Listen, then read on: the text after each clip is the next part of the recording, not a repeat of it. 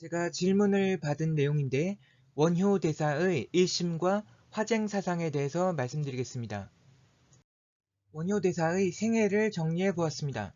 2번 유학을 가려고 했다가 포기하셨고 요석 공주와 결혼하여 삼국유사를 쓴 일현 스님이 한국 유학의 시조라고 평가한 설총을 낳으셨습니다. 그래서 원효 스님은 한국 최초의 대처승으로 불리워집니다.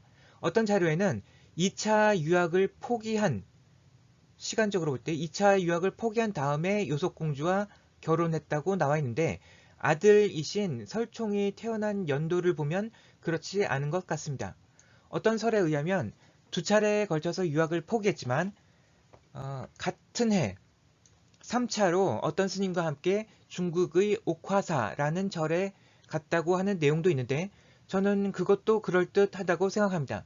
어쩌면 유학을 갔다가 자신이 이미 얻은 깨달음을 넘어서서 더 배울 내용이 없다는 것을 확인하고 돌아온 것이 아닐까 싶습니다.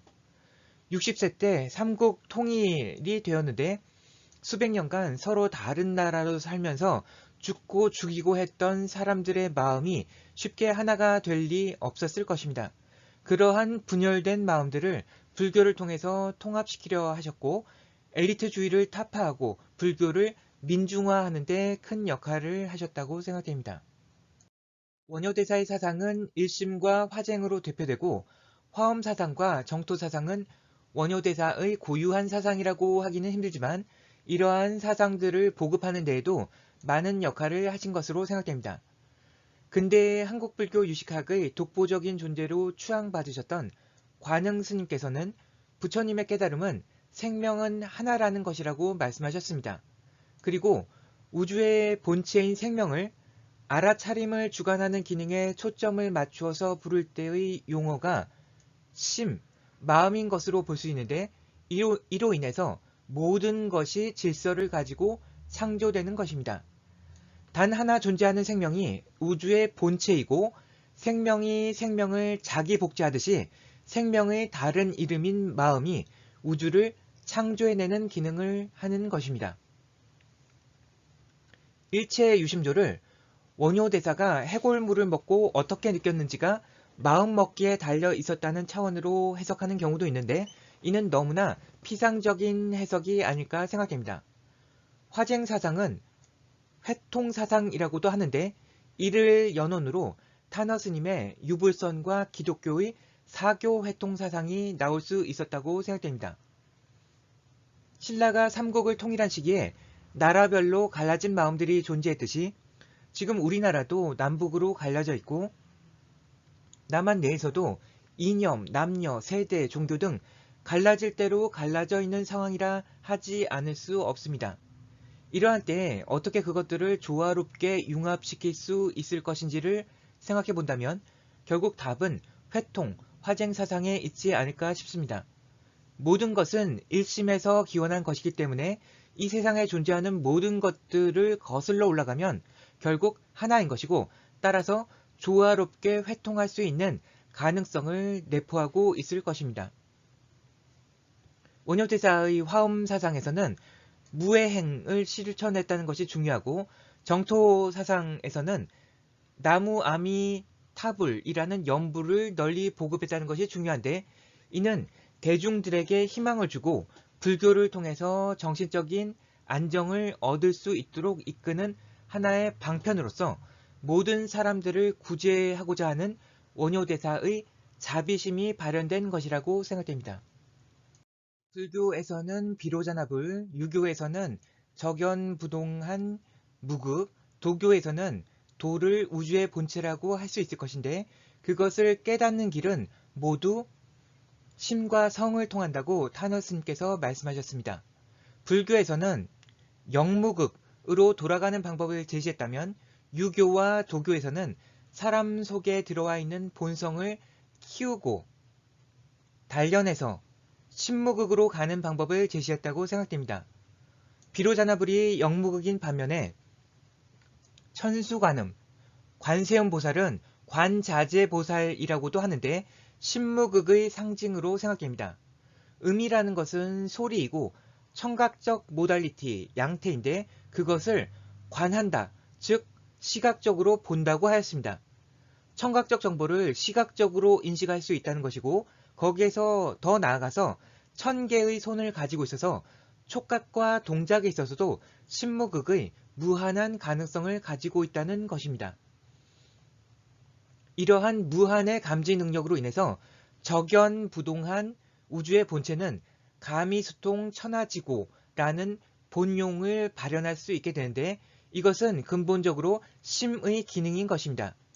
요약해보자면 우주에 존재하는 하나의 심, 일심이 곧 하나의 생명으로서 본체인 동시에 본용이라고 볼 수 있을 것입니다.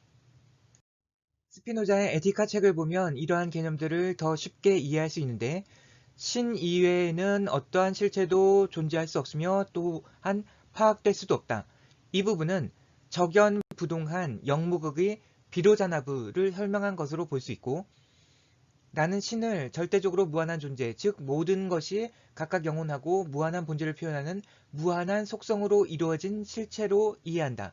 이 부분은 신무극의 관세음 보살을 설명한 것으로 볼 수 있습니다. 사유는 신의 속성이다 또는 신은 사유하는 것이다. 이 부분은 가미수통 천하지고 하는 본용을 설명한 것이며 이 이론은 우리가 신의 명령에 의해서만 행동하며 신의 본성을 나누어 갖는다는 것, 그 본용, 심, 마음, 정신이 인간에게 깃들어 있음을 이야기하고 있습니다. 인간의 정신을 구성하는 관념의 대상은 신체이다. 하지만 인간의 정신, 마음은 우주 전체를 대상으로 하지 않고 자신의 신체를 대상으로 합니다. 인간은 정신과 신체로 구성되어 있으며 인간의 신체는 우리가 그것을 느끼는 대로 존재한다는 결론이 내려진다. 결국 일체 유심조인데 우주는 관념의 대상을 우주 전체로 하기 때문에 우주를 창조한 것이고 우리의 정신은 관념의 대상을 우리 신체로 하기 때문에 제한된 범위 내에서 일체 유심조가 이루어지는 것입니다. 포대화상은 걸림없는 자유자재한 삶인 무해행을 실천한 것으로 유명한 중국 당나라 때의 실존 인물인데 포대를 가지고 다니면서 사람들에게 무엇이든 달라고 해서 포대에 넣고는 장난감이나 과자, 엿 같은 것들은 아이들에게 나누어 주었다고 합니다.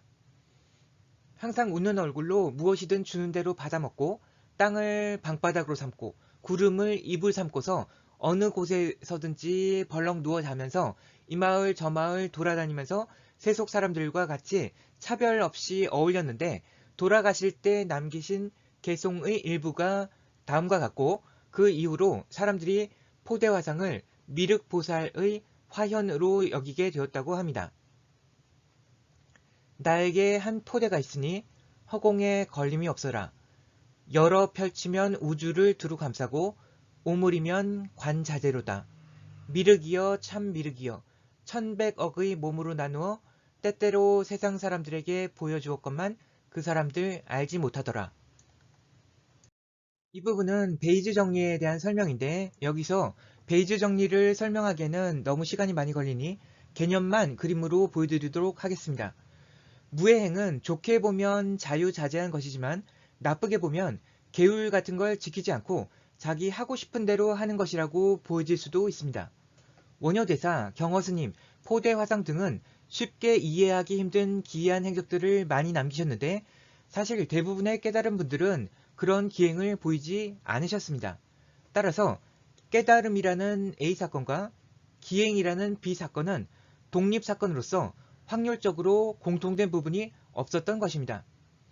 하지만 이분들이 기행들을 보여줌으로써 A사건과 B사건의 확률적 교집합이 발생했고 우리가 그것을 무해행이라 부르게 된 것입니다.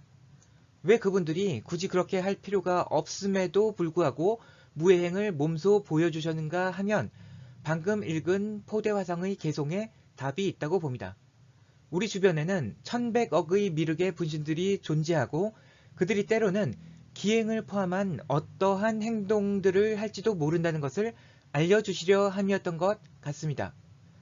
극단적으로 보자면 이 모델로서 나 빼고 내 주변 사람들 모두가 깨달은 미륵의 분신으로서 내가 깨어나게 하기 위해서 온갖 기행들을 펴주면서 나에게 자극을 주고 있을지도 모릅니다.